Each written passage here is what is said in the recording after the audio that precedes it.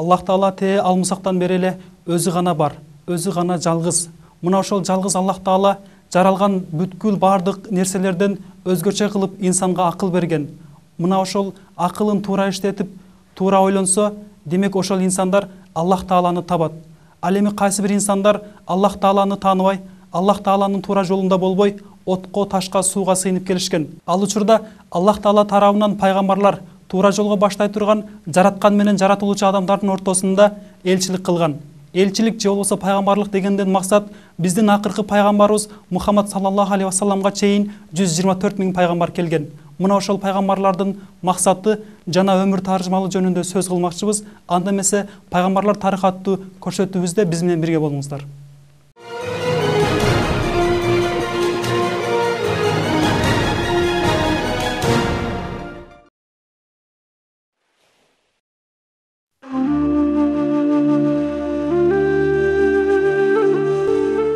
Момун мусулмандарга белгилүү болгондой, Адам ата алейхиссаламды жалпы адам баласынын жер бетине жаралуусунун башкы себеби жана бардык инсанияттын түпкү атасы. Мына ошол түпкү атабыз Адам алейхиссаламдын эң биринчи жаралуусу кандай болгон? Ааламдардын эси Аллах Таала Азирети Адам атаны өзүнүн бар экендигин билдирүү, сыйынып ибадат кылууга жана өкүл катарында жер жүзүндөгү турмушту белгиленген нукта алып кетүү үчүн макулуктардын эң шараптуусу болгон инсанды жаратууга чечим кылган. Мурда эле жаратылганы менен бир гана ибадат кылууга милдеттендирилген периштелерге бул жаратуучулук каалоосун Аллах Таала ыйык Кур'ан-ы Каримде мындайча баяндаган.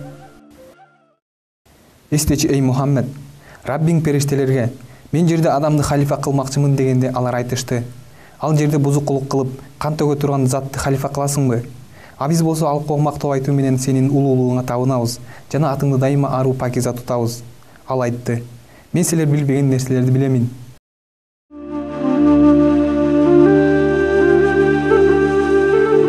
Аллах Тааланын мындай эскертүүсүн периштелер бир ооздон кабылдашты. Аллах Тааланы аруулап мактап жиберишти. Алар айтышты: о пакиза касиеттүү Раббибиз, биз жалаң сен билдирген нерселерди гана билебиз. Албетте сен өзүң илим жана даанышмандык ээсисиң.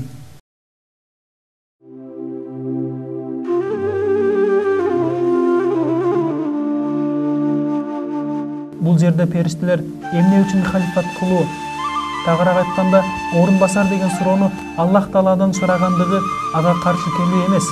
Алар инсандын жаралуу сырларын билүүнү гана максат кылышкан.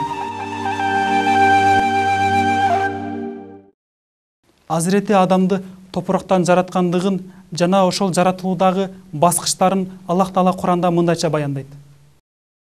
Алла адамды топурактан жаратты жана ага бол деди. Анан ал жандуу адам болду. Ал бардык нерсени көркөм кылып жараткан зат. Ал инсанды оболу ылайдан жаратты.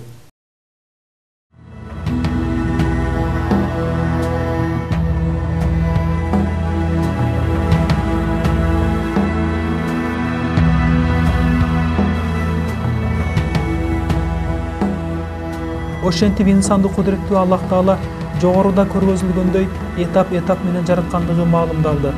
Анын биринчи жаралуусу топурактан болсо, кийин ылайдан, анан жабышкак баткактан, андан соң абада кургатылган ылайдан, аягында бышылган ылайдан жасалган. Мунун баары эч бир үтүрчекит өзгөрүлбөгөн ыйык Кур'ан китепте кеңири баяндалып өтүлгөн. Аллах Таала Азирети Адам ата алейхиссаламды жараткандан кийин периштелерге буйрат адамга сажда кылгыла деп. Аллах Тааланын буйругуна баш ийишип, периштелердин баарысы саждага башын коюшат. Бирок алардын ичинен иблис гана сажда кылган эмес. Ал Аллах Тааланын буйругуна каршы чыкты.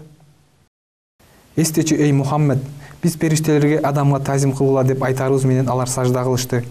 Иблис гана текебердик менен баш тартып капырлардан болду.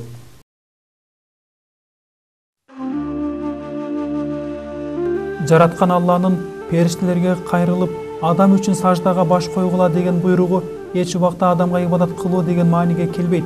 Ал жердеги максаттын маңызы мындай: эң алгач жаратылган нур Азирети Мухаммед Мустафа саллаллаху алейхи вассаламдын нуру болгондуктан Адам атага ошол алгачкы нуру өтүп калган эле.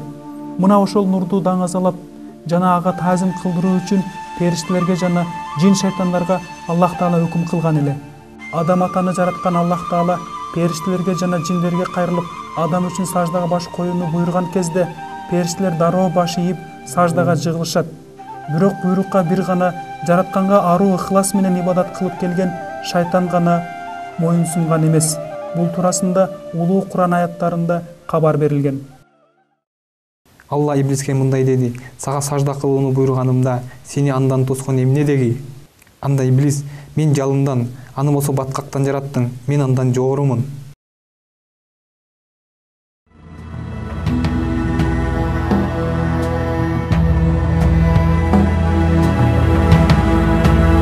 Муну ошентип шайтан болсо Азирети Адамдын ылай баткак тарабын гана көрө алды. Ал бул дүйнөгө таандык болгон ылайга гана назар салды. Инсан Аллахтын өкүлү, халифатуллах болгондугун биле да, сезе да албай капырлыктын туңгуйгуна батып жатты. Кереметтүү Куран аяттарында кабар берилгендей, шайтан болсо периштелердин арасында эң жогорку бийик нематтарга ыроолонгон эле. Периштелерге жана жиндерге сабак берүү менен алардын мугалими болуп кадырлуу эле. Бирок ага шүгүрчүлүк келтирүүнүн ордуна тесирленип, текеберлик менен жараткандын буйругуна каршы чыгып, Азирети Адам атага сажда кылбай, Алланын каарына калган жана бейиштен куулган.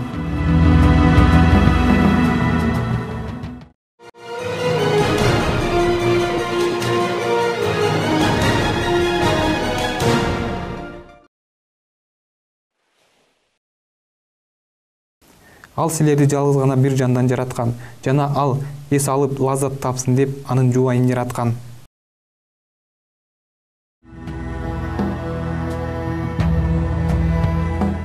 Аллах Таала каалап адамзатты жаратты. А бирок жалгыздык деген сыпат Алланын өзүнө гана таандык болгондуктан жаралган нерселерди жуп-жуп кылып жаратты.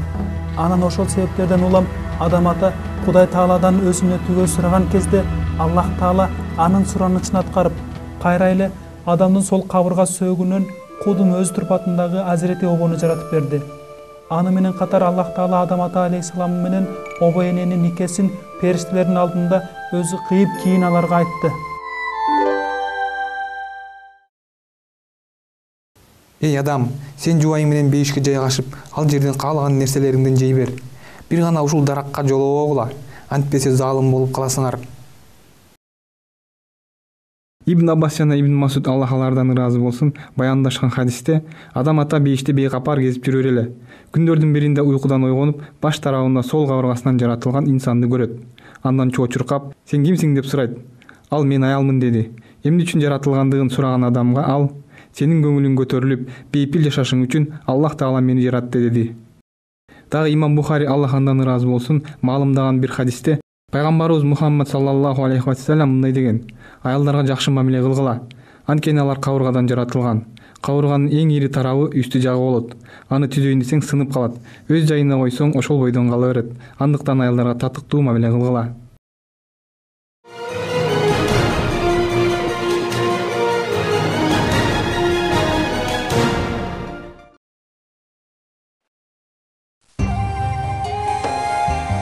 Жараткан Аллах өз кулдарын сынамак болуп, Азирети Адамга сажда кылдыруу менен периштелерди сынады. Бардык периштелер бул сынактан ийгиликке жетишти. Анткени аларда эрк деген нерсе жок эле. А шайтан болсо сажда буйрууна каршы чыгып, сынактан өтпөй калды. Анткени ал инсан сыяктуу эркке жиндер сыяктуу оттон жаралган жиндердин тукумунан болчу. Эми кезек Адам ата менен обо энебизге келген эле. Жараткан Аллах аларды иблис менен сынамакчы болуп, сынакты өткөрүү үчүн иблиске мүмкүнчүлүк берген. Жогоруда биз сөз кылып өткөн Адам ата менен обо энебизге бейиштеги бир дарактын мөмөсү Кудайдын буйругу менен жегенге тыюу салынган эле. Азирети Адам атага сажда кылбагандыгы себептен бейиштен куулган шайтан эми инсандан тактап айтканда Азирети Адам атадан өч алуу максатында Кудай Таала тыюу салган ошол даракты шайтан өз кара санатайлыгы менен Азирети Обону алдап, ал аркылуу Азирети Адам атаны көндүрүүгө аракет кылып, арам оюн орундатуу үчүн экөөнө тең 1000 түркүн айла амал ойлоп тапты. Кийин шайтан алардын бекитилген авраттарын ачып көрүү үчүн азгырды да Раббиңер бар болгону периштелерге айланып кетпеңөр үчүн же болбосо бейиште түбөлүк жашап калбооңор үчүн гана бул дарактан коруйт деди. Дагы аларга: албетте мен силерге калысмын деп ант ичти. Анан алдоо менен аларды күнөөгө жыгат. Ошол дарактан даам татып көрөрү менен эле авраттар ачылып, өздөрүн бейиш жалбырактары менен тосо башташты. Ошондо жараткан аларга үн салып: силерди бул дарактан тосподум беле? Жана шайтан силердин тикелей душманыңар дебедим беле?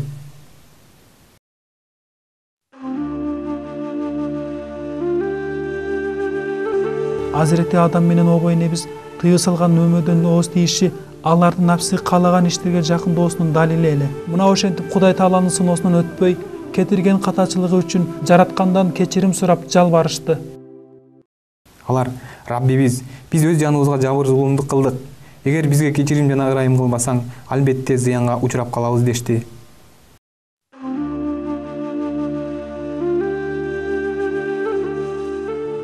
Бейиштеги неаматтардын кадыр баркын сезип, кайрадан ошол неаматтарга жетүүнү үмүт кылып, ушул сынак дүйнөсүндө салих амалдардын аткарылышын тилеп, Аллах Таала Адам ата менен обой энебизди жерге түшүрдү. Жана аны менен катар Адамдын тукумдарынын көбөйүп ууланышын каалаган.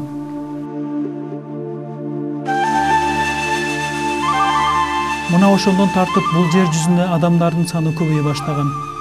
Жараткандын керемети менен Азирети обой энебиз бир төрөгөндө 4 эм, 5 эм же андан көп эм төрөчү экен. Бир курсакта төрөлгөн 5 эм же 4 эм булар бири-бирине үйлөнүшпөйт эле. Бирок өзлөрүнүн мурунку же кийинки төрөлгөн балдар бири-бирине баш кошушат эле. Ошентип жер жүзүндө адам баласынын саны тездик менен көбөйүп жатты.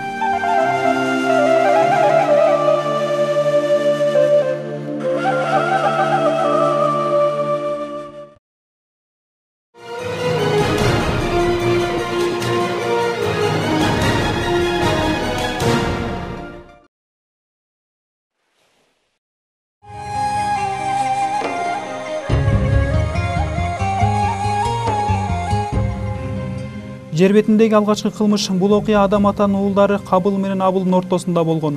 Кабыл өзү менен эгиз болуп төрөлгөн карындашына үйлөнгүсү келет.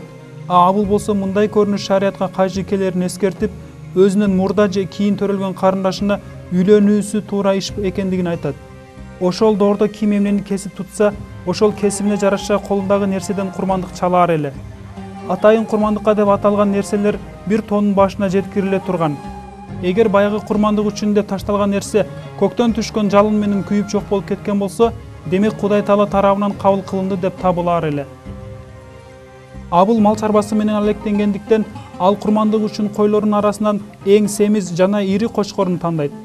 Ал эми Кабыл болсо дыйканчылык менен шугулдангандыктан жакшы жетилбей курушуп калган таңгак буудайды алат да тоонун башына таштап кайтышат. Эки бир тууган бир топ убакыттардан кийин курмандыктарынан кабар алуу үчүн тоонун башына чыгат. Абылдын атаган курмандыгы кабыл кылыныптыр. Кабылдын курмандыгы болсо эч өзгөрүүсүз ордунда турган экен. Өзүнүн ниеттенген ишинин туура эместигин жана курмандыгынын кабыл алынбагандыгына ызаланып ичи күйгөн Кабыл бир тууганынан өч алам деп аны өлтүрүп салат. Жер бетиндеги эң биринчи кылмыш мына ушундан башталган. Бул туурасында Аллах Тааланын ыйык Куран китебинде Майда сүрөсүнүн 27-аятынын 31-аятында кеңири баяндалган.